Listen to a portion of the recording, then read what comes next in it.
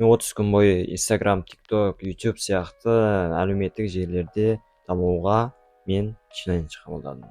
Себебі мен бұл челлендж бастау себебім, мен әлеуметтік желілерде ертерек танылсам, яғни мен жасым қазір 17-де, мен егер 30-ға дейін немесе 20-ға дейін дейінші, 20-да мысалға мен мүмкін бизнес бастармын. Сол кезде маған жеке бренд керек болады. Ал мен қазір 17 жасымнан бастап өзімді әлеуметтік желілерде көрсетіп таныта бастасам, мен 20 жасымда қиналмастан бизнес бастай аламын деп айта аламын. Ол бірінші пайда. Екінші пайда, мен видео, яғни камераға қорқпай сөйлеп, өзімнің ойымды еркін айта білу. Сол жағын мен дамытып жатырмын.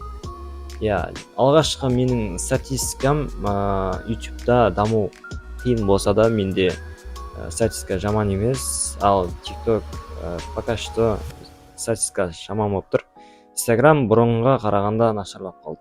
Яғни мен қазір YouTube'ға фокус қояйын деп жатырмын осы күндері. Күнделікті мен не істеймін?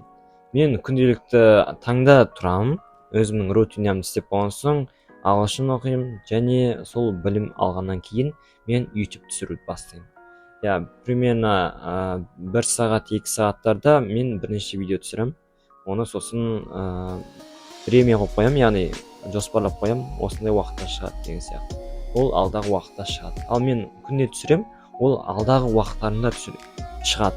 Оның пайдасы, мен кейбір күндері ауырып қалсам, Құдай сақтасын, бірақ сондай түсіруге мүмкіншілік болмаған кездері мен түсірмесем де видео шығатындай қылу.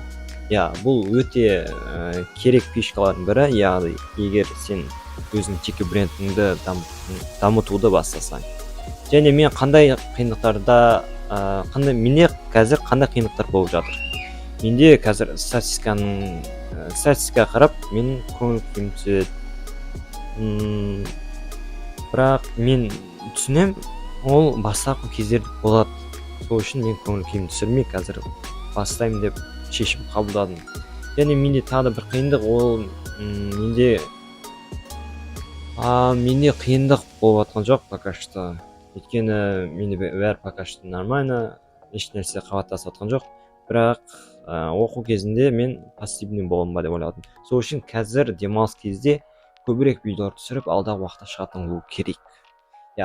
Мен және апта соңындағы нәтиже, осы аптада мен Астананың туған күніне байланысты мен контент жасадым, ол YouTube'да атып кетті, ал қалғандарында артпады. Сол үшін мен содан мотивация алып, мен осы челленджді бастадым. Мен бұл челленджді 1 күн, 7 күн, 15 күн, 30 күн сайын мен өзіме отчет беріп, яғни есеп беріп отырамын. Сол есеп арқылы мен прогрессімді байқай аламын. Яғни Абай атамыз айтады, күніне немесе жылына, хотя бы жылына, яғни тым болмаса жылына есеп бер өзіңе. Сонда ғана бір пайда тиеді өзіңе. Бүгінгі видеомыз осымен аяқталды. Егер видео пайдалы болса, менің видеомды сақтап қой, және менің арнама жазыл қой. Өйткені мен алдағы уақыттарда тағы да видеолар саламын.